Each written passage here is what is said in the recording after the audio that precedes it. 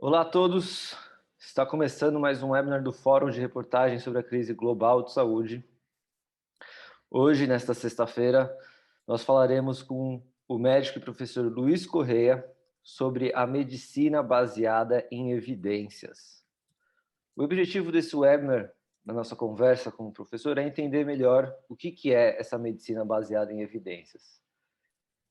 Particularmente, quando eu ouvi esse termo pela primeira vez, a primeira pergunta que me veio à cabeça foi: existe outra medicina que não é baseada em evidências?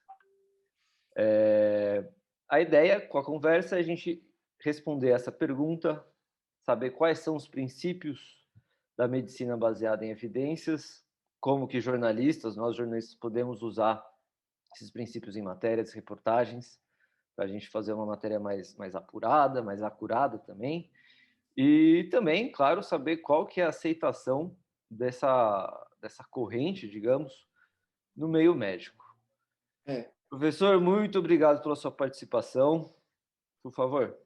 Obrigado, Daniel. É um prazer eu estar aqui com vocês e com os demais participantes. Eu sei que outras pessoas vão ver depois, mas eu acho que esse diálogo é, do científico jornalístico é essencial para o letramento científico da sociedade em geral. Não é só o profissional médico, digamos assim, que tem que entender de ciência para consumir. A sociedade em geral tem que estar conectada com esse paradigma.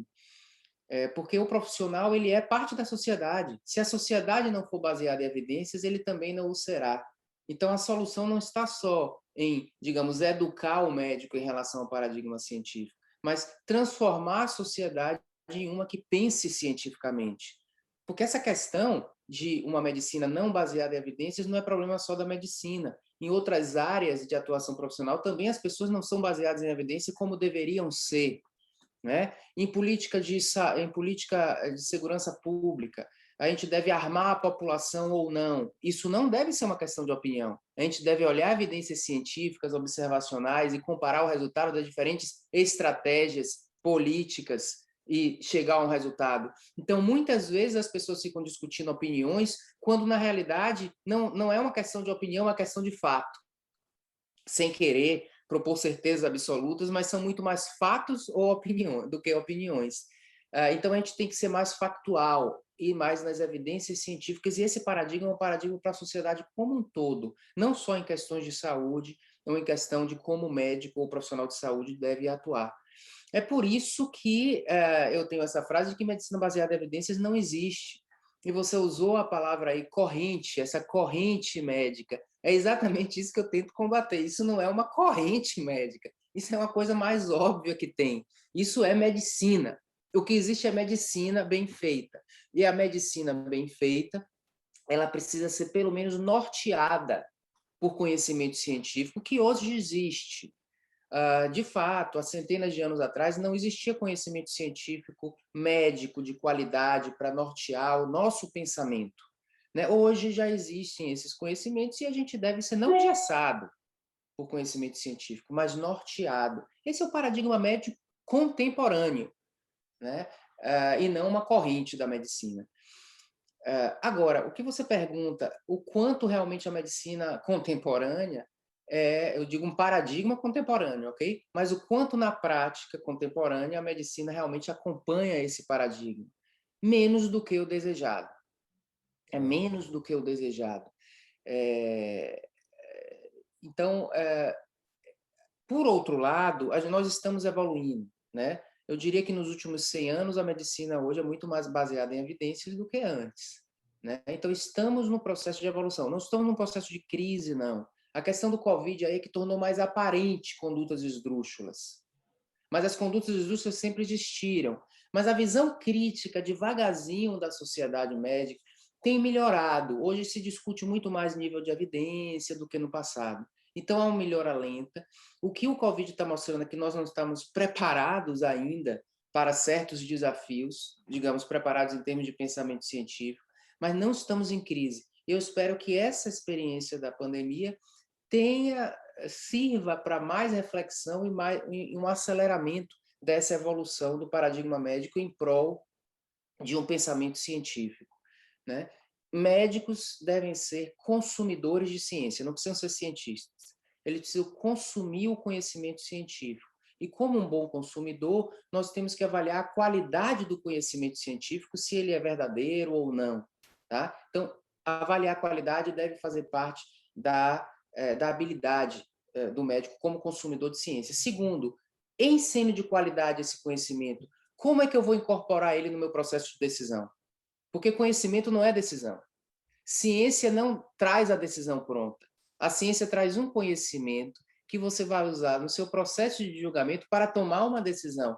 Então, o conhecimento científico é uma parte. Então, como eu vou utilizar isso é um outro treinamento de habilidade médica que precisa ser desenvolvido também. Uhum, perfeito. Depois dessa introdução e logo a primeira lição, eu diria, né, que não se trata de uma corrente, mas algo para nortear a medicina, e não só a medicina, mas, como você bem falou, políticas públicas em diversos níveis e outras coisas.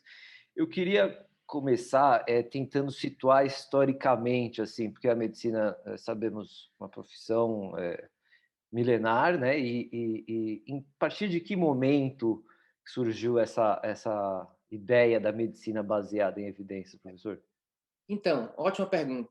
O nome surgiu na década de 80, inventaram esse nome, Medicina Baseada em Evidência, que eu acho o nome, claro, esse é o nome de meu blog, é o nome de meu canal do YouTube, é o nome do podcast, é o nome do curso online, por uma questão de comunicação. Se eu falar Medicina Baseada em Evidência, as pessoas vão entender do que se trata. Embora a gente faça uma coisa, eu acho que vai um pouco além do paradigma tradicional de Medicina Baseada em Evidência, mas eu uso o nome. Mas a existência do nome é um equívoco, no meu modo de ver. Porque dá a ideia de uma corrente. Entendeu? Esse cara aqui ele entendia de medicina baseada em evidência e o outro não. Então, eu acho que a existência, a criação no nome na década de 80 e que veio com certo elitismo, não, nós que conhecemos aqui, médico científico, ele, de uma certa forma, eu acho que pode ter, eu não tenho evidência científica para dizer isso, mas eu interpreto que ele, pelo que eu vejo de reação das pessoas, que ele afastou um pouco o médico, o bom médico, o médico que é experiente, desse paradigma, como se fosse outra coisa, ou como se fosse uma coisa antagônica. Então, criaram esse nome, que eu questiono a criação do nome, por ele trazer essa ideia de corrente na década de 80, mas medicina baseada em ciência ou ciência médica existe, começou isso, se a gente tiver que dar um marco assim, foi no início do século passado, onde começaram a surgir as escolas de epidemiologia, né, que começam a estudar os fenômenos médicos utilizando um paradigma coletivo, tá? Antes eu estudava, eu via um caso, funcionou, eu acho que funciona, ou um paradigma baseado na lógica, né? Não, na minha lógica isso vai funcionar, então eu vou fazer sangria nas pessoas para melhorar das doenças e etc. Né? Ou eu vou fazer aqui uma exploração, uma autópsia para entender como é que se dá a circulação do coração ou coisas assim. Então era meio individual. Mas no início do século passado, 1900 e pouco, começou a surgir o paradigma epidemiológico, que eu vou estudar uma coletividade, para estudando uma coletividade eu tirar uma mensagem, que é uma mensagem mais acurada, porque eu tiro a média, é a média do que ocorreu com as pessoas, que vai me trazer o conceito científico.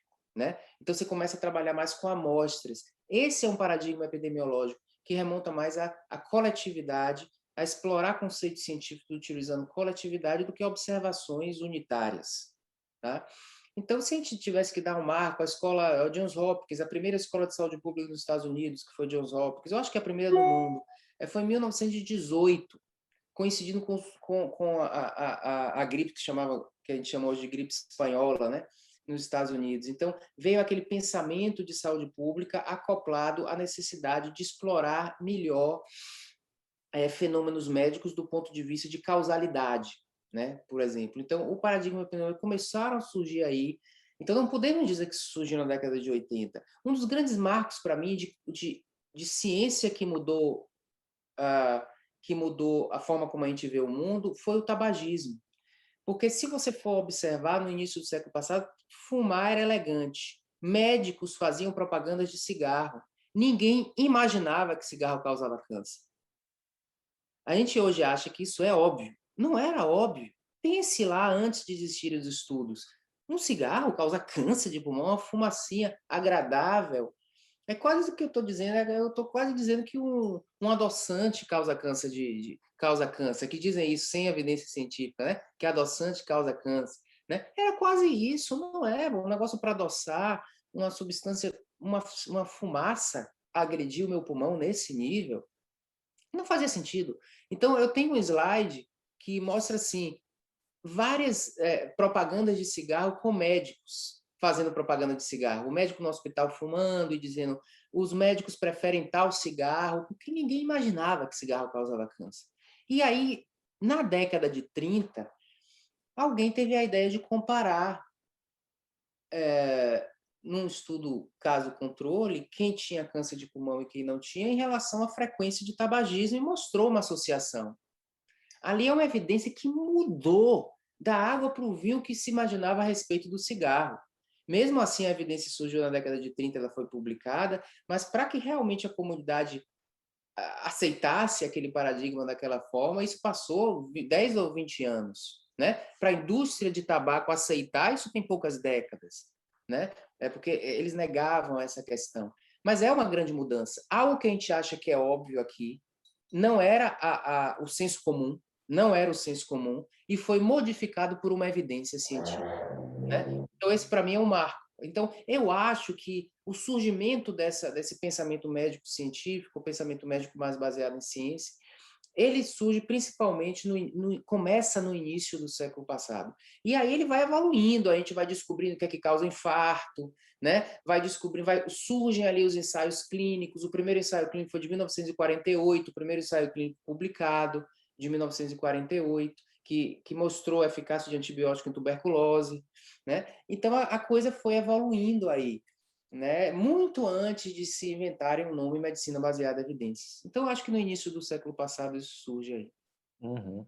Então, me parece que o nome foi só um nome que deram, né? Até como você disse, com alguns ares elitistas aí, e, e se deu uma transformação no começo do século passado, uma transformação da produção de conhecimento e também de como ele se espalhou pela medicina. Mas antes, né? Antes era muito individual, pelo que você falou, certo? Era individual tanto do aspecto do profissional, a partir da experiência dele, mas também de transmissão do conhecimento, porque antes se dava como? Ele pegava informações com o mais velho? Como é que funcionava? Não, tinha essa questão, né, da autoridade, do aprendiz, né? Eu aprendia com o mais velho. E esse mais velho, a experiência clínica é muito importante para um médico ser um bom médico, tá? Mas a experiência clínica não é boa para criar conceitos de Isso, eficácia. desculpa só te interromper aqui, professor. Para deixar bem claro, experiência clínica é o quê? A experiência clínica é os meus anos de vida, é o número de pacientes que eu vi, né? Eu sou especialista nisso e vejo muito paciente desse tipo, então, na minha experiência, esse remédio funciona, né? Entendi. É algo assim, na minha experiência, esse remédio é bom. E a gente ouve muito essa frase hoje. Então, a experiência clínica, que é o dia a dia, a gente aprende com a experiência. Como fazer, como pensar, como tomar decisão. Isso a experiência clínica é boa. Mas a experiência clínica não é boa para criar conceitos científicos. Porque a nossa visão do mundo, ela não é acurada. A nossa visão do mundo em relação a como o mundo funciona, ela é inacurada por uma série de vieses e também ruídos aleatórios que aparecem nas nossas observações, né? Então eu tenho o viés de confirmação, né? Eu acredito que aquilo funcione, fica mais na minha memória os pacientes que sobreviveram porque eu fiz aquele remédio e os que morreram, morreram porque eram muito graves, né? Então eu vou validando a minha a minha a minha crença com base na experiência, utilizando memória seletiva, ok? Por exemplo, eu posso validar com base nos meus amigos, né, que o signo influencia a personalidade, porque vai me marcar muito aquela pessoa que a personalidade coincidiu com o signo, E a outra pessoa que não tem nada a ver a personalidade com o signo dela não vai me chamar atenção. Então, vai me chamar atenção mais as coincidências do que as não coincidências, as presenças de coincidências do que as ausências. Então, os dados positivos, eles nos marcam mais do que os negativos. Então, se eu não estiver fazendo estatística, se eu não estiver planilhando isso, eu vou me lembrar mais do que é positivo, do que coincidiu. E vou desprezar as não coincidências. Então, o viés de confirmação faz com que a nossa experiência clínica não nos traga necessariamente a verdade. Outra coisa, viés de confusão, ok?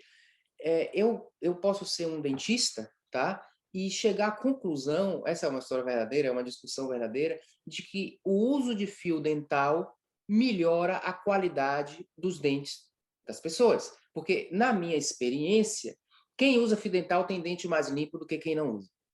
Com menos gengivite do que quem não usa. Só que existe um efeito de confusão aí. Quem usa fio dental também escova o dente melhor.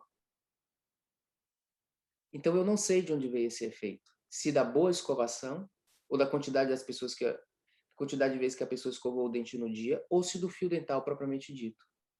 Então, a escovação dentária é um fator de confusão em relação à minha conclusão sobre a eficácia do fio dental.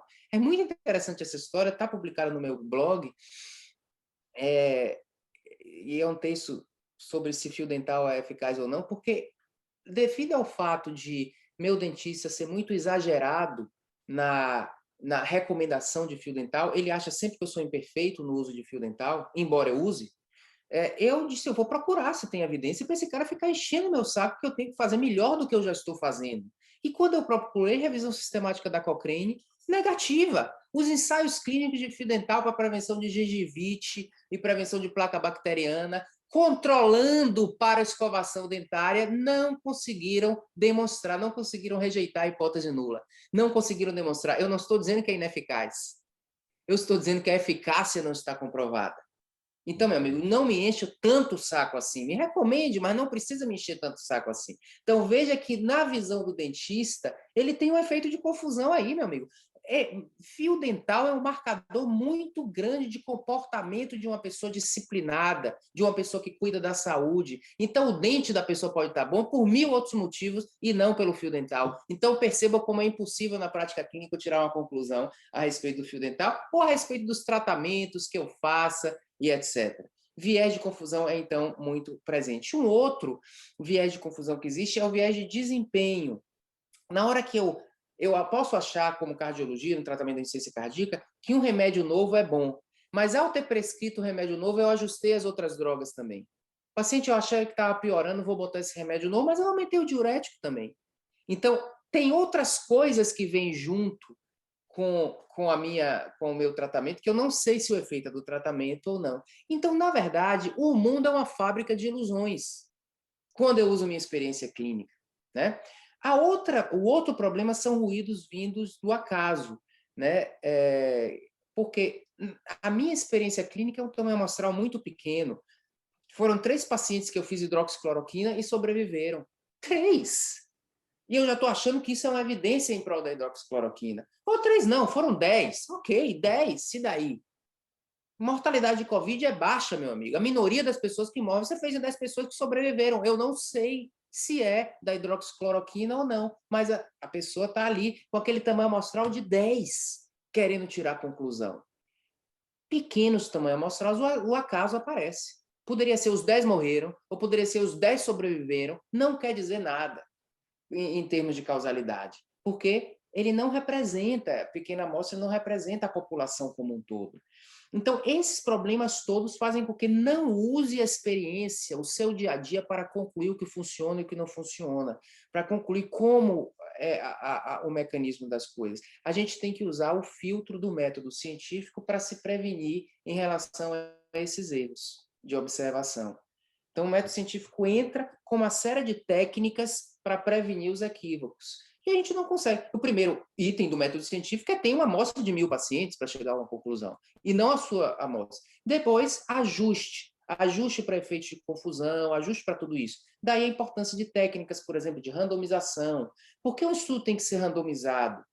Porque quando eu sorteio quem vai usar hidroxicloroquina e quem não vai usar, essas pessoas se tornam idênticas em tudo, a não ser na hidroxicloroquina. Então, eu anulo. Veja que eu estou falando uma coisa aqui que, pronto, já está explicado. Vocês já sabem agora, jornalistas, que vocês não podem usar o estudo observacional para concluir causalidade. E uma das notícias mais frequentes que surgem em jornais é café reduz câncer, chocolate reduz não sei o que lá. Tudo estudo observacional que dá notícia jornalística. Mas, o ovo muda, né? Às vezes faz muito mal, depende. Se é ano ímpar, faz muito mal. Se é ano par, faz bem. vocês caem na armadilha da notícia. Eu quero dar uma notícia, mas tem que se perguntar se essa notícia é de causalidade. É o chocolate amargo que está reduzindo o infarto. Eu preciso de um ensaio clínico randomizado. Eu não posso falar isso, porque tem muito efeito de confusão em quem come chocolate e quem não come, em quem bebe o vinho e quem não bebe. Eu não posso dizer que vinho é bom para o coração, porque não tem ensaio clínico randomizado. Então veja que isso é um conhecimento básico e que torna vocês, jornalistas, capazes de eliminar 90% das notícias. Eu não vou publicar isso aqui. Eu não vou publicar isso. A gente vê nos bons jornais essas publicações. Agora, em Covid, o assunto é só Covid, então diminuiu muito. Mas era semanalmente essas notícias, esses factoides vindos de estudos observacionais. Né? Estudo observacional tem valor, mas não para mostrar a eficácia das coisas. Né? Aí você precisa desse outro desenho. Então, vocês podem ter um conhecimento básico, que a gente fala aqui em 1 hora, e que vocês conseguem filtrar a maioria das, o que eu chamo de fake news científicas e selecionar alguma coisa que merece ser discutido, merece ser lido pela sociedade. Uhum. Professor, eu acho que foi no seu blog ou no seu canal no YouTube, inclusive depois você pode falar aqui para a gente, para quem nos acompanha o site, se não me engano era uma pirâmide em que tinha os níveis de não sei se é dizer, confiabilidade da evidência. Você poderia passar para a gente, por favor, como é que era isso aí? Então, o que você deve ter visto foi um comentário meu, e foi um vídeo no canal do YouTube, onde eu falo do equívoco dessa pirâmide. Essa é uma pirâmide tradicional de medicina baseada em evidências, né? Onde coloca no topo da pirâmide ensaios clínicos randomizados e revisões sistemáticas com meta-análise. E na base, ou seja, na base, o que não vale quase nada, coisas como relato de caso, ou estudos observacionais e etc. E o que eu dizia ali é que depende da pergunta científica. Tem perguntas do que o melhor é o estudo observacional. Tem perguntas de que o melhor é o ensaio clínico. Entendeu? Uhum. Então, o ensaio clínico, como eu estou dizendo aqui, o ensaio clínico randomizado, duplo cego, etc., é o nível de evidência, não só o melhor, mas é o nível de evidência necessário para que eu faça uma afirmação de eficácia terapêutica, ok? Agora, se eu quiser estimar a probabilidade de um paciente com COVID morrer, isso não é ensaio clínico, isso é exatamente estudo observacional, onde eu vou olhar na prática, no mundo real, quantos por cento dos pacientes morrem. É um estudo descritivo de grande valor e que vai me dizer que a letalidade do COVID de pacientes internados numa UTI é 30%, de pacientes fora da UTI já é menor, de pacientes que não precisam se internar é melhor. Isso é um estudo meramente descritivo, né? Então, esse é o melhor nível de evidência para demonstrar risco de uma pessoa com COVID morrer. Não é ensaio clínico. Até mesmo porque no ensaio clínico, a gente precisa selecionar tanto a população para extrair o conceito de eficácia, que você às vezes seleciona uma população que não representa a população do mundo real.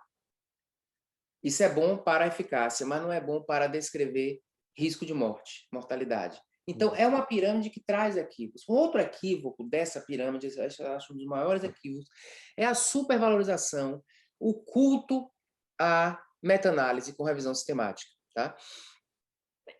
Claro que a revisão sistemática é uma técnica importantíssima em medicina, porque você tem a noção da totalidade das evidências. Mas o culto é o seguinte: eu tenho 3 estudos inconclusivos, eu combino esses estudos e tiro uma conclusão. E a meta-análise está no topo da pirâmide. Está na pirâmide acima do ensaio clínico. Isso é um equívoco, porque uma meta-análise de 3 estudos, mais ou menos, não se torna um estudo bom.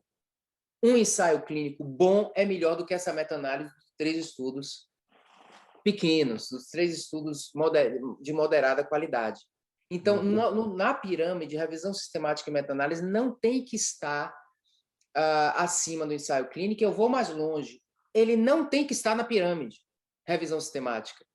Porque revisão sistemática e meta-análise não é uma evidência primária.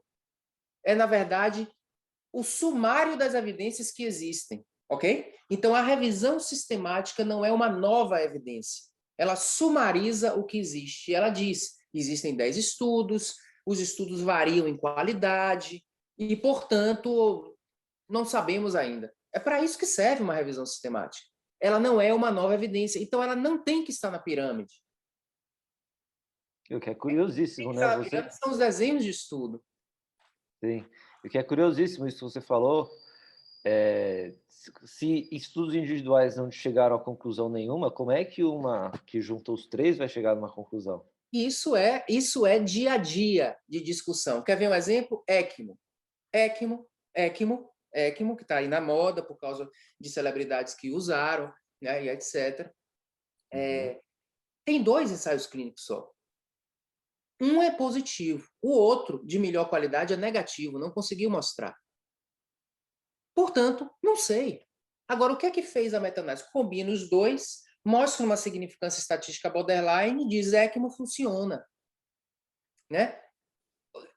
A meta-análise ela descreve, digamos assim, a revisão sistemática serve para descrever nosso grau de incerteza e não para gerar uma nova certeza. Sim. Okay? Então, na verdade, eu não preciso. São 2 estudos só, um foi positivo, outro foi negativo. O negativo era até o estudo melhor, que tinha menos viés, não conseguiu demonstrar. Portanto, vamos dizer assim, não sei. O valor de reconhecer a incerteza.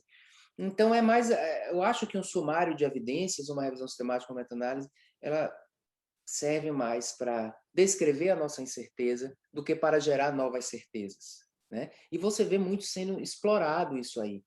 Por exemplo, tem uma aí de ivermectina que fica, você já deve ter recebido, todo mundo recebeu, não sei se ivermectina ou cloroquina, que eu não leio, mas é um site que fez uma revisão sistemática, que fez uma suposta meta-análise. Não tem nem nome de autor no site, não é revista, não é um artigo feito, tem muitas viés de seleção dos estudos, mas ele usa aquela ferramenta que traz uma elegância científica para tentar combinar estudos de má qualidade, selecionados, né, em prol do resultado, e dizer assim, aqui, eu estou provando que existe. Então, essa é a caricatura. Mas tem coisas menos caricaturais, mas é a tentativa de trazer verdades através da revisão sistemática e meta-análise, como se aquilo ali fosse uma evidência per si. Não é uma evidência, é um sumário das evidências. E de grande valor enquanto sumário, mas não é uma nova evidência. Uhum. O sumário funciona como um livro. Você vê ali a ordem e depois você seleciona qual você quer se aprofundar, né? Qual dos artigos, dos estudos você quer se aprofundar e entender melhor. Perfeito. Então, eu não entendo, por exemplo, eu vou escrever no blog uma coisa que não é do meu... Quando é muito do meu assunto, eu sei quais são os estudos. Eu já sei, mas eu quero saber, assim, cannabis funciona para as doenças? Então, no momento que estava essa discussão, e eu escrevi no blog Cannabis baseado em evidência, eu não sei desse assunto, mas está cheio de revisão sistemática bem feito da Cochrane. Então, eu li em cada indicação e vi que a conclusão é inconclusiva em tudo, a não ser na questão da epilepsia refratária, que é o mais promissor. Né? Então, você diz assim, ele descreveu o que é que existe de estudos. E aí eu leio e digo, poxa, existem poucos, os estudos, a maioria são negativos. Ok, não sabemos. Então serve para dizer isso, e não para eu vou combinar estudos. Porque quando você combina estudos pequenos e inconclusivos e chega a uma conclusão, o valor preditivo dessa sua conclusão não é tão bom. Isso aí está demonstrado também. Então, tem muito valor o sumário das evidências, mas não tem que estar nem nessa pirâmide. Não tem que estar nessa pirâmide. Você falou agora sobre o Cochrane. Cochrane é uma biblioteca que reúne as pesquisas. Você pode explicar para a gente melhor, por favor? Então, a Cochrane, esse nome Cochrane, né, surgiu em homenagem a Art Cochrane, que poderia ser considerado um dos pais dessa ideia de medicina baseada em evidência, e vem bem antes do nome medicina baseada em evidência, né? Art Cochrane, ele foi um médico inglês que ficou muitos anos até no campo de concentração. Tem uma história lá que fez até, ele testou diferentes terapias para os pacientes dele lá no campo de concentração. Ele ficou como preso no campo de concentração, mas também agia como médico. E aí ele testou, comparou tratamentos lá, como se estivesse fazendo um ensaio clínico randomizado ali dentro. E quando ele sobreviveu e saiu, ele começou a escrever o livro Eficácia e Efetividade, argumentando que o sistema de saúde inglês só deveria incorporar tratamentos baseados em estudos de eficácia e não baseados em achismo, né? Então veja que, ok, por isso que é um nome em homenagem a Art Cochrane. E Cochrane é como uma biblioteca de revisão sistemáticas, tá?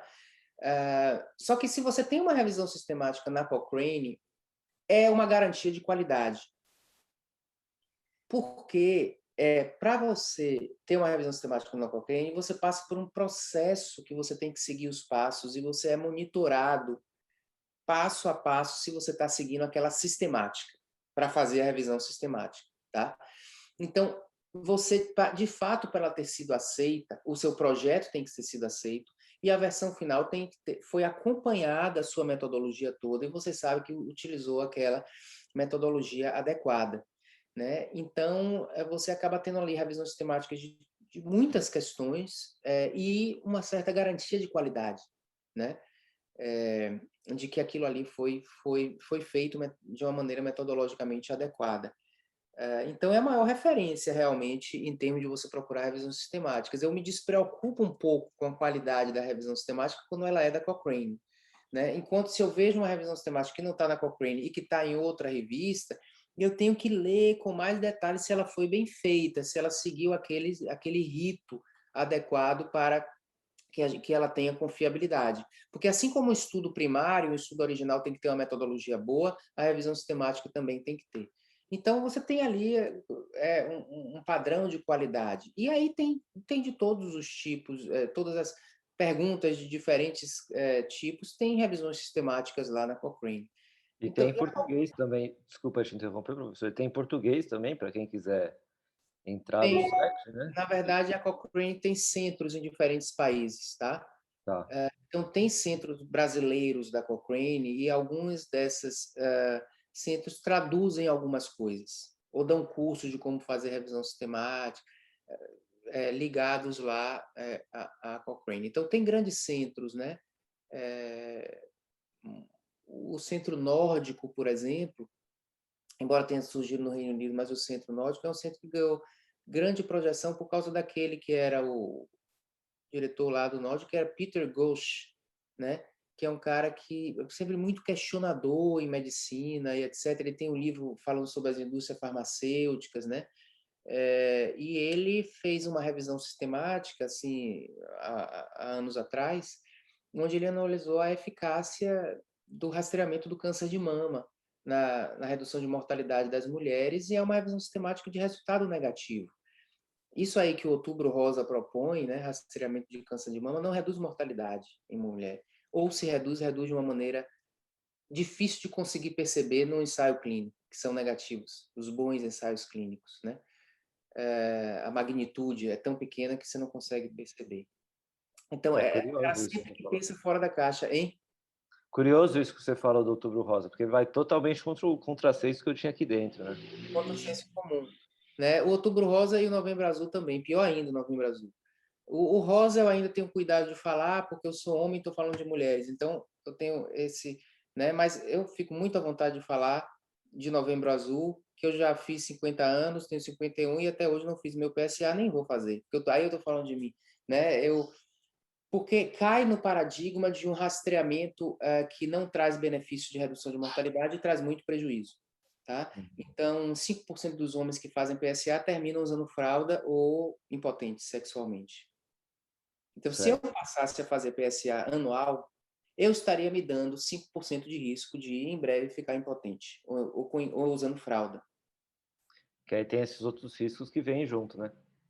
Você tem um diagnóstico, que é um overdiagnóstico, porque é uma coisa indolente na maioria das pessoas. Ou o diagnóstico, você está diagnosticando uma coisa que não vai causar problema na pessoa, ou você está diagnosticando uma coisa que o diagnóstico não consegue gerar um tratamento que salvou a vida da pessoa, que é a minoria.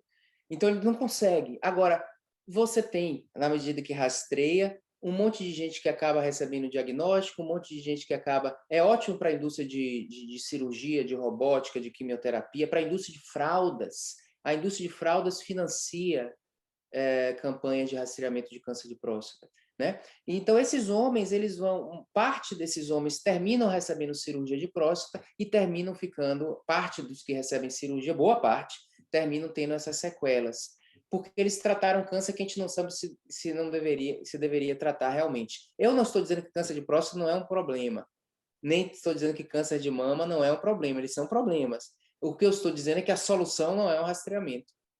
O rastreamento não reduz mortalidade e causa muito prejuízo às pessoas. Os overtratamentos e etc. Totalmente diferente do senso comum. Mas porque a comunidade médica, que é quem molda o pensamento da sociedade em relação a paradigmas médicos, não está fazendo o seu dever corretamente. Entendeu? Caberia à comunidade médica estar falando isso que eu estou falando. Mas a comunidade médica se comporta de outra forma. Se comporta na base do overuse. Né? Eu quero fazer, eu quero diagnosticar, eu quero operar, eu quero... Né? E propõe essas coisas. Né? Então, a sociedade fica achando que sim, que é óbvio fazer rastreamento. Prevenir é melhor do que remediar. Né? Mas caberia a gente estar dialogando com vocês para educar a população em relação ao que tem valor e o que não tem valor. Pode ser chamado também de medicina baseada em valor. Né? Certo. E tem muita coisa fútil. Se estima que 1/3 dos atos médicos são fúteis, são desperdício. 1/3 dos atos médicos são desperdício.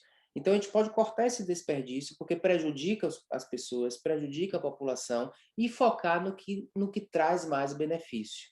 Mas se os médicos ficarem indo para a televisão, para os programas de manhã, né, e ficarem promovendo esses overuses, aí a população vai achar que é bom. Uhum. A gente vê que o espaço dado pelo jornalismo a médicos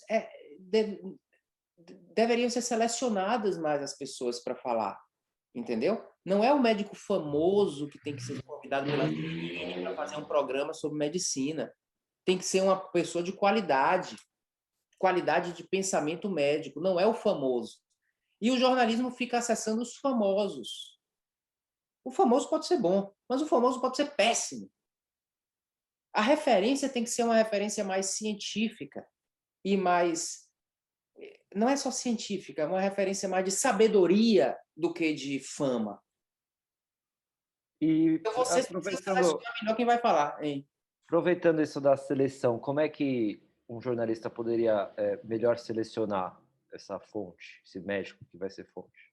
Eu acho que vocês, jornalistas, podem ser rapidamente treinados em relação a esses paradigmas básicos e perceber quem está falhando em relação aos princípios científicos no raciocínio médico. Vocês percebem isso, né? Mas existe também técnicas para identificar os chamados gurus carismáticos, líderes carismáticos. Tá? Ser carismático é bom, mas às vezes ser carismático para ser líder em relação à inverdade, vocês podem perceber, né?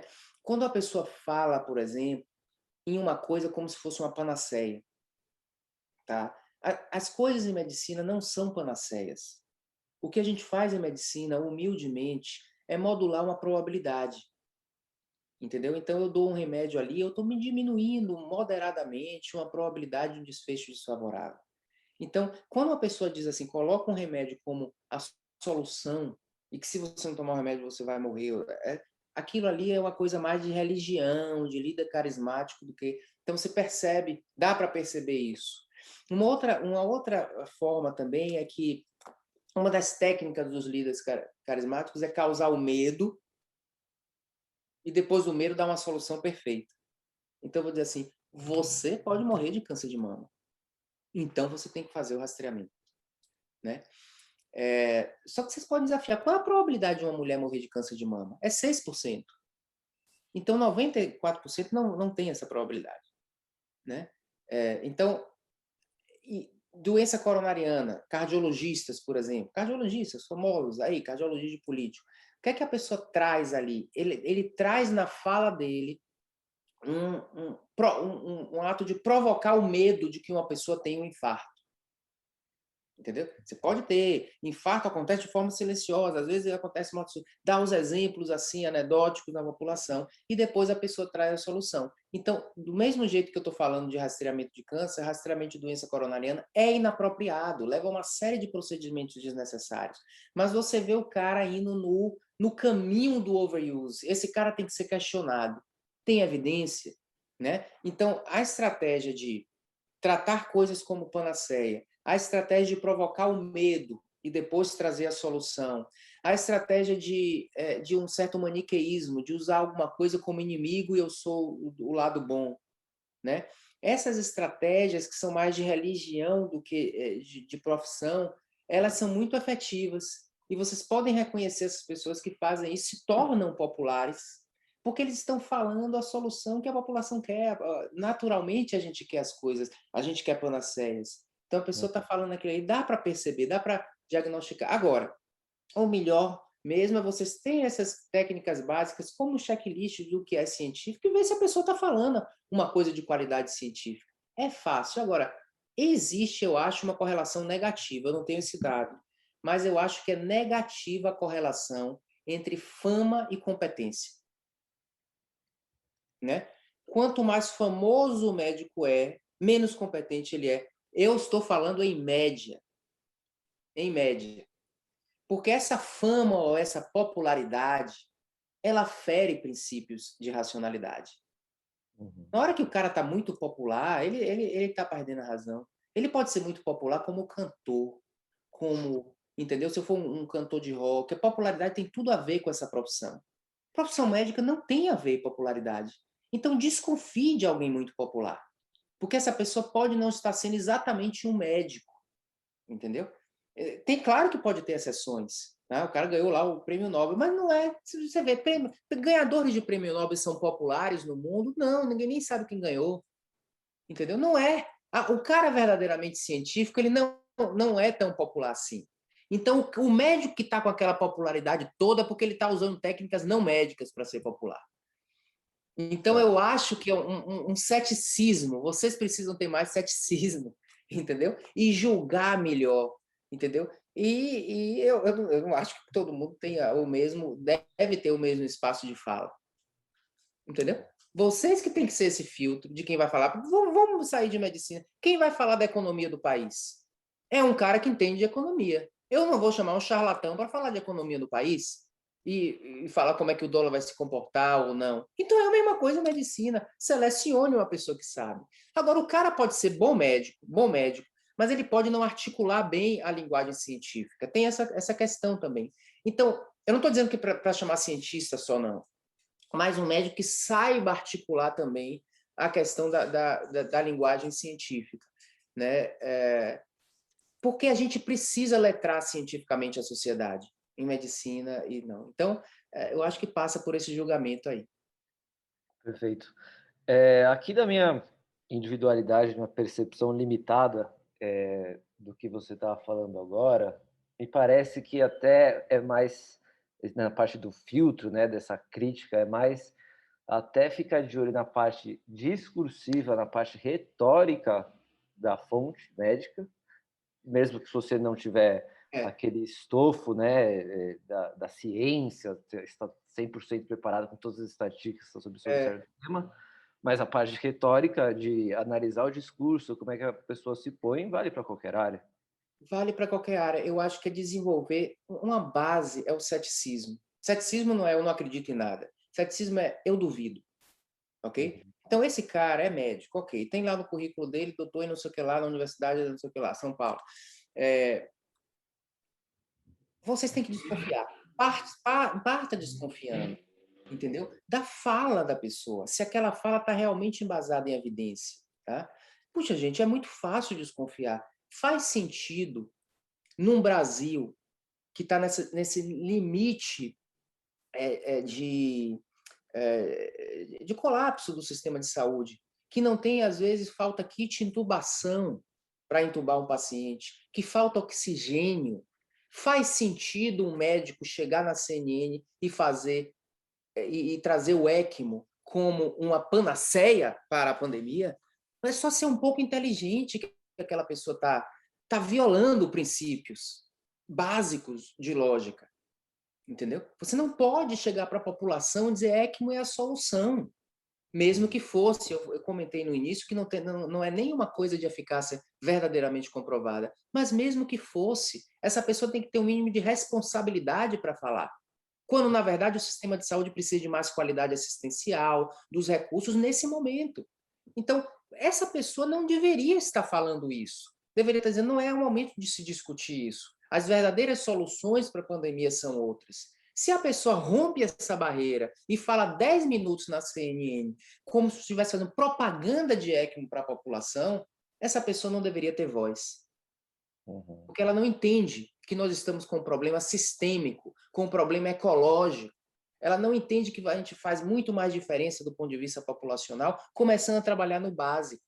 E o que ela está gerando ali para a população é uma expectativa de um tratamento que a população não vai ter.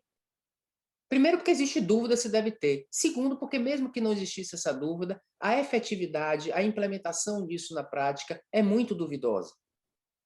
E, cara, E tem isso. Então, dá para perceber que aquela pessoa está meio fora da realidade, se a gente tiver um pouco de ceticismo. Mas não, mas a pessoa está sendo referência. Então, eu acho que falta realmente um crivo maior do jornalista dizer, eu vou chamar essa pessoa. E, às vezes, eu sinto uma pressa, né? Vocês têm a reportagem para fazer agora, para gravar agora, para botar agora, para preencher aquele coisa, né? E quem está mais disponível, quem fala melhor, às vezes é chamado. Mas veja que coisa importante a gente está, entendeu? Então, eu entendo a dificuldade de vocês, mas eu percebo essa questão. Porque, às vezes, eu recebo uma mensagem de vocês dizendo assim, o que você acha disso?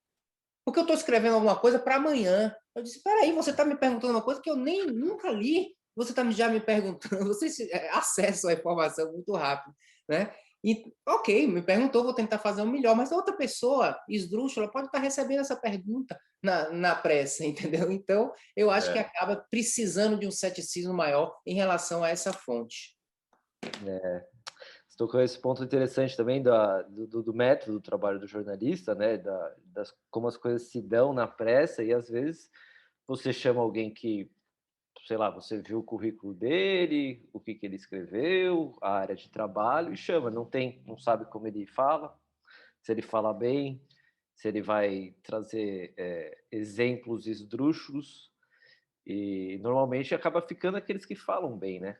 Independente do crivo cético aí do jornalista em relação à fonte, ou não, justamente pela disponibilidade da pressa de sempre estar ali e ajudar. E eu acho que o cara ali, aquela televisão lá, começou a botar esse cara, se cria a ideia de que ele é a referência, aí a outra quer também, a outra quer, né? Então, eu acho que é vocês avaliarem um pouco mais a qualidade da interpretação. Então, quando eu vejo essa questão em medicina, eu fico em dúvida se, como não entendedor de economia, o que eu estou lendo de economia não tem uma qualidade menor do que eu acho, né? Ou o que eu estou lendo de outros assuntos não tem uma qualidade menor, porque às vezes eu vejo tanta coisa de qualidade ruim, né? E aí eu percebo dois tipos de abordagens. Esses da pauta do dia seguinte, que às vezes cai muito nisso, mas você pode me explicar até melhor, né? Mas tem um outro tipo de jornalismo que o cara está ali dedicado àquele artigo durante semanas para escrever aquele artigo. Nesses aí eu vejo os caras tendo muito mais cuidado, olhando mais fontes, né? Escrevendo coisas melhores, né? Quando a Ed da pressa não está ali o É, seu chefe não está ali na sua cabeça te martelando, cobrando o artigo, que às vezes a agenda se impõe, né? As coisas isso, acontecem e se impõe, você tem que escrever para amanhã ou para hoje. Uma coisa que eu insisti, assim, o assunto hidroxicloroquina, ivermectina, ele não morre no Brasil. é um fenômeno, porque é um assunto que não é mais discutido nos outros lugares do mundo, né? Aquilo ali, aquela hidroxicloroquina, foi um equívoco mundial, né? Não foi só uma questão assim. No início, muitos médicos acreditaram, assim, muitas pessoas, até de visão científica, acharam que aquilo ali poderia ser. Tanto que fizeram estudos para avaliar uma coisa esdrúxula, que, na minha opinião, não devia ter estudo nenhum com hidroxicloroquina. Então, no início ali, pessoas que hoje criticam muito não foram, na meu modo de ver, suficientemente críticos que aquilo aí não deveria nem estar sendo discutido no mundo. Mas no mundo essa discussão durou 1 mês ou 2. Depois caiu no ridículo, ninguém fala mais nada. No Brasil, continua uma coisa tão forte quanto. Parece uma coisa que não termina a discussão dessas drogas esdrúxulas para a Covid, né? E agora tudo bem, tem a CPI aí que traz esse assunto de uma maneira importante. Mas antes, eu dizia a vocês, parem de falar desse assunto. Não me perguntem, mas parem de escrever no jornal todo dia sobre hidroxicloroquina e vermectina, porque vocês estão alimentando esse assunto. E esse assunto está ocupando uma coisa mais importante que poderia estar sendo discutida, né? Então, os defensores lá dessas drogas esdrúxulas, para ele é bom que o assunto esteja em pauta. E quem pauta o assunto, né? Então, eu acho que tem certas coisas que, ok, já falei suficientemente, não vamos falar, não vai mais aparecer no jornal assunto sobre hidroxicloroquina. E isso aí vai morrer, né? Mas mesmo que seja falando contra e criticando, está sendo falado, está sendo falado, está sendo falado. Então, eu acho que uma das coisas, assim, eu vou falar sobre o quê? Eu já falei sobre isso aqui o suficiente, não vou ficar me repetindo. E aí tem essa tendência à repetição, né? Que perpetua assuntos que já deveriam ter terminado. Uhum. Ainda nessa parte aqui da cloroquina, a gente já está quase chegando no nosso final, quase 1 hora. Eu queria te perguntar, se há uma correlação, se é possível dizer, né, sem estudos e tal, entre a aceitação da, digamos, medicina baseada em evidência, aceitação, entre aspas, tá? No meio médico aqui do Brasil, em relação a esse assunto está sempre em voga e também médicos tentando e ainda acreditando que a cloroquina tem alguma eficácia no tratamento da Covid. Então, eu queria saber, tem alguma relação entre, é possível dizer que há alguma relação entre aceitação e o uso da cloroquina? Aceitação. Da medicina baseada em Sim, evidências. a medicina baseada em evidência. Não, todo mundo concorda com a medicina baseada em evidência. Ninguém disse que não concorda, entendeu? Na verdade, o paradigma é sequestrado pelas pessoas que estão propondo fantasias. Eles dizem que tem evidência, Sim. ok? Então, isso vem muito antes da cloroquina, ok? Ninguém está dizendo assim, não tem evidência e eu estou aqui propondo porque eu estou fantasiando. Não, a pessoa diz, eu sou uma pessoa baseada em evidência. E aqui está a evidência. Então, inclusive, se usa o jargão científico para tentar sugerir algo que não tem evidência, como o exemplo que eu dei. Fizeram lá uma meta-análise, uma revisão sistemática, e aí bota lá no título, revisão sistemática, meta-análise, e aí todo mundo, puxa, tem uma meta-análise mostrando isso. Então, há um sequestro do paradigma. Ninguém diz que não aceita o princípio da medicina baseada em evidências. Todo mundo aceita, todo mundo é científico, assim, ninguém reconhece que não é científico. Agora, de fato, ser científico mesmo é apenas parte das pessoas. Quando a gente fala de hidroxicloroquina e ivermectina, a gente está falando da caricatura do não científico. É algo caricatural. Mas existem coisas em medicina que não parecem caricaturais, que não têm evidências a favor, que provavelmente não funcionam, mas parece que funcionam muito, como é o caso do rastreamento do câncer que a gente explicou. Não parece anticientífico. Hidroxicloroquina, antimalárico para COVID, remédio de verme para COVID, ok, isso não faz sentido algum. Mas rastreamento de câncer faz sentido. Mesmo assim, é anticientífico. Então, grande parte do anticientífico não é caricatural. E essas pessoas que estão propondo, elas usam de um conhecimento, de uma fala científica, etc. Né? Então, todo mundo aceita. Ninguém diz que não aceita. Agora, aceitar de fato e ser científico é ser cético, em primeiro lugar. Isso aí quase ninguém é. Ninguém admite que não aceita, mas no fundo ninguém aceita, né? Mas ninguém admite, todo mundo diz, não, sou científico, aqui tá. Mas a essência estaria no ceticismo. Em eu dizer, eu não sei, até que algo esteja claro, claramente demonstrado. Uhum. Talvez se a gente for numa especulação, talvez num campo mais filosófico, assim, é da essência do humano, né? Crer em coisas e não pegar evidências científicas, construídas ao Exatamente. longo do conhecimento. Você está sendo filosófico, está sendo biológico também, né? Biologicamente, a gente não evoluiu com ciência, né? A gente evoluiu por crer mesmo nas coisas, né? E a gente precisou da crença, da tentativa e erro para solucionar coisas para sobreviver, para a espécie sobreviver. Então, a espécie evoluiu baseada em crença, baseada em tentativa e erro. E esse negócio de ciência tem pouco tempo. Então, a espécie evoluiu biologicamente durante 200 mil anos, agora a gente quer que a pessoa seja biologicamente científica, não dá, não é, nós não somos biologicamente científicos. Agora, a gente pode treinar para antagonizar esse nosso viés da crença. Aí precisa o treinamento. O treinamento, a forma de pensar, o ceticismo, né? Então, a gente pode ser, mas desde que a gente treine para ser. Então, biologicamente, ninguém nasce. A gente pode nascer programado para saber andar, ok? Mas, ok, isso é biológico. Mas eu não nasço sabendo pilotar um avião. Eu não nasço. Eu tenho que aprender, eu tenho que treinar, eu tenho que ter várias horas de voo, não sei quantas horas de voo para poder pilotar um avião. Então, é treinamento do pensamento que pode corrigir essa nossa tendência da crença, que é boa em muitos aspectos. Ela só não é boa do ponto de vista profissional, de decisão profissional, mas em muitos outros aspectos essa tendência é boa. Eu tenho que acreditar para estar aqui falando com você, eu precisei acreditar sem evidências de que esse diálogo ia ser bom.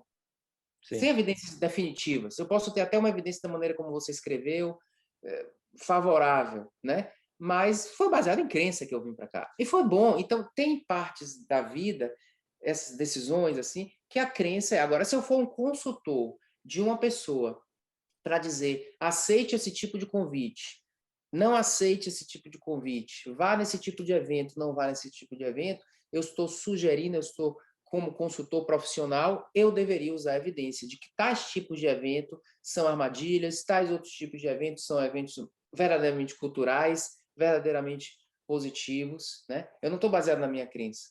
Mas aqui eu usei minha crença e deu certo. Então a crença é boa, dá certo para muita coisa, assim, você acredita que você vai conseguir levantar hoje e fazer suas tarefas. Então veja como a crença é importante. Se não acreditar em mim, eu não faço nada, na verdade. Então para acreditar em si, eu não preciso para acreditar em mim, eu não preciso de evidência. Eu acredito em mim, tá? Não quero evidência em mim de que eu tenho que acreditar. Agora, para eu recomendar uma conduta médica, eu não devo acreditar. Então é a hora, tem diferentes horas. A hora de usar um paradigma da crença, a hora de usar um paradigma do ceticismo.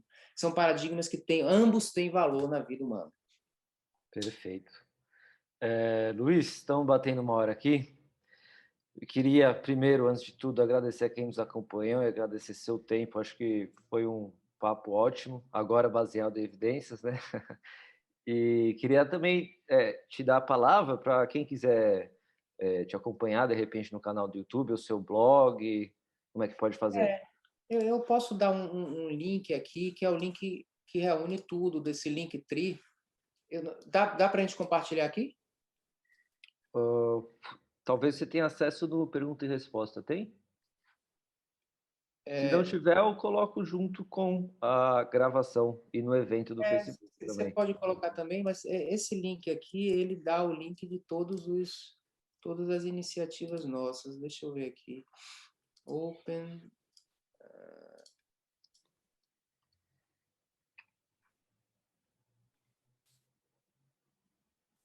É, eu botei aqui como resposta José Guilherme, que escreveu obrigado. Não sei se as pessoas estão vendo. Tá, Mas, tô assim, vendo aqui. o que existe para a gente continuar interagindo, você veja que é interessante, a gente já interagia antes dessa conversa, porque você cita um vídeo é o meu e alguma coisa, mas é isso. Se você pesquisar no Google Medicina Baseada em Evidência, vai aparecer lá o meu blog, né? Uhum. Então, o blog foi a minha primeira iniciativa, né? E no blog lá tem o link tem esse link, né?